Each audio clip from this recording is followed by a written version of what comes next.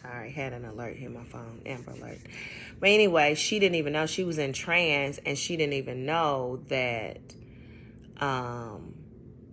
what was going on. She was just thinking she was marrying this man based on his money, but really everything that was going on in the wedding was for their bloodline. It was like a ritual for them. Like they needed her blood to be initiated, to come into their family bloodline for whatever reason. And she was thinking that she was marrying him for the money, to raise her quality of life, because they were talking about where they were going to travel, things they were going to buy, her and this other lady. But my mind, while they were sitting at the table talking, I was able to listen and then go back to her wedding and see all of this happen that she didn't tell anybody about. It was kind of like my third eye was able to go into her mind and see what happened at their wedding. So yeah, don't know who that was for or why. But yeah, and I would say this is one thing that I do know. When you are marrying someone, when you go into the ritual of getting married and you are binding yourself to someone's bloodline, you're taking on all of what they have going on their bloodline, and they're also taking on your bloodline. You are, what they say, you are becoming one. And what I'm receiving is that when you are becoming one, you are not just becoming one as I got married, I have a wedding, we're taking on another, life of being together. But yeah, you're taking on lifetimes of being together. You are binding yourself. You have that ring. He has a ring.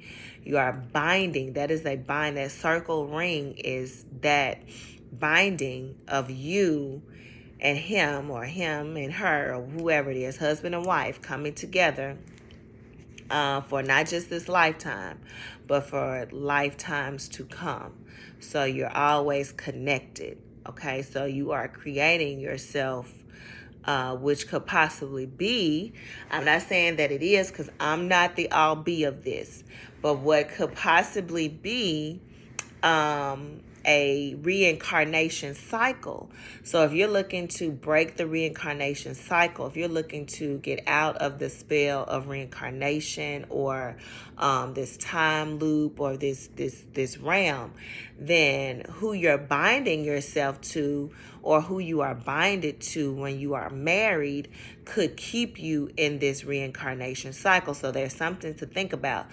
Unless both of you, I think, and these are all my views and my opinions, not rooted in any prior books, because I don't subscribe to other people's books and all of that kind of stuff. But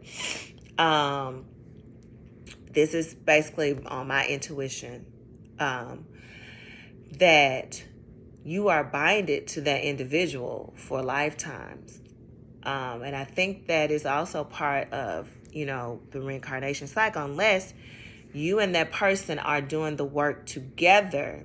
You and that person are both of a higher frequency, and you're doing that work together in order to raise the vibration and to stop the reincarnation cycle. Okay, sorry, I keep getting these messages and emails on my phone while I'm trying to talk. I'm trying to break my concentration because they know I'm trying to get this message out. So anyway,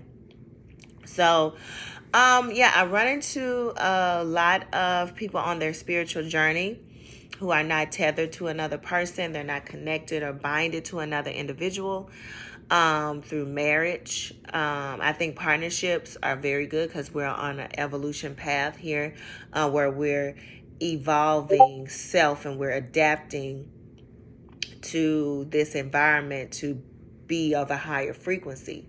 So we're constantly in a state of adaptation here.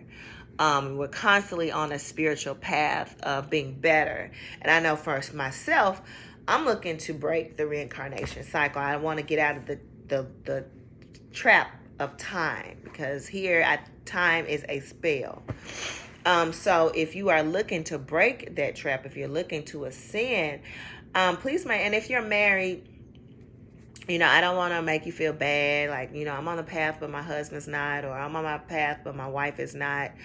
But just know that, it's your job as part of being a partner in that marriage for their evolution, to help wake them up. So, if you're waking them up, you're also waking yourself up, because you're going to be recycled and reincarnated into another life together. So it's also what I think of when people are saying twin flames and all of that. Like, I think a twin flame for me, definitely, if you're marrying somebody and you marry them again in this lifetime, that is your twin flame, because you're going to be reincarnated with that person again in another lifetime to do the work. And if somebody doesn't raise their frequency up to where it's supposed to be, then yeah, you'll have to come back into this time loop again and do the work again. Then hopefully you all wake up and you just don't live this mundane life and not come awaken to your true powers, your true nature. You understand who you are, your God self. You connect in other realms. You're traveling through the multiverse, and you're cleaning up these time traps together. And you can do that in a, I think it's theta state, where you can take your brain deep into a meditative state, almost like a dreamy state, and possibly do that work, or doing that work together. So, yeah. And if you're thinking about, a mate relationship, and I know this is not something that we've ever discussed in any of the circles that I'm in, but this came to me, I think about a month ago, with the mushrooms. And the mushrooms actually told me about, marriage and binding yourself to another person and being reincarnated. So it was the energy. I definitely give the mushrooms, full props. It was the energy of the mushrooms and the information from the mushrooms that informed me of the binding of being reincarnated with someone else.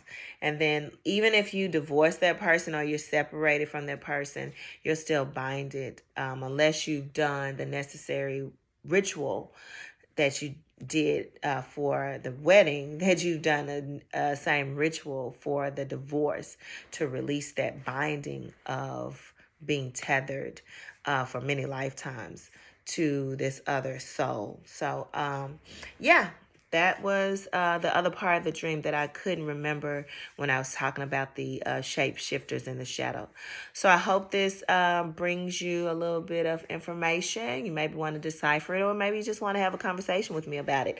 I'm not saying I'm the all be. I'm not a teacher. I'm always a student. I'm constantly learning. So have a day of high frequencies and bliss.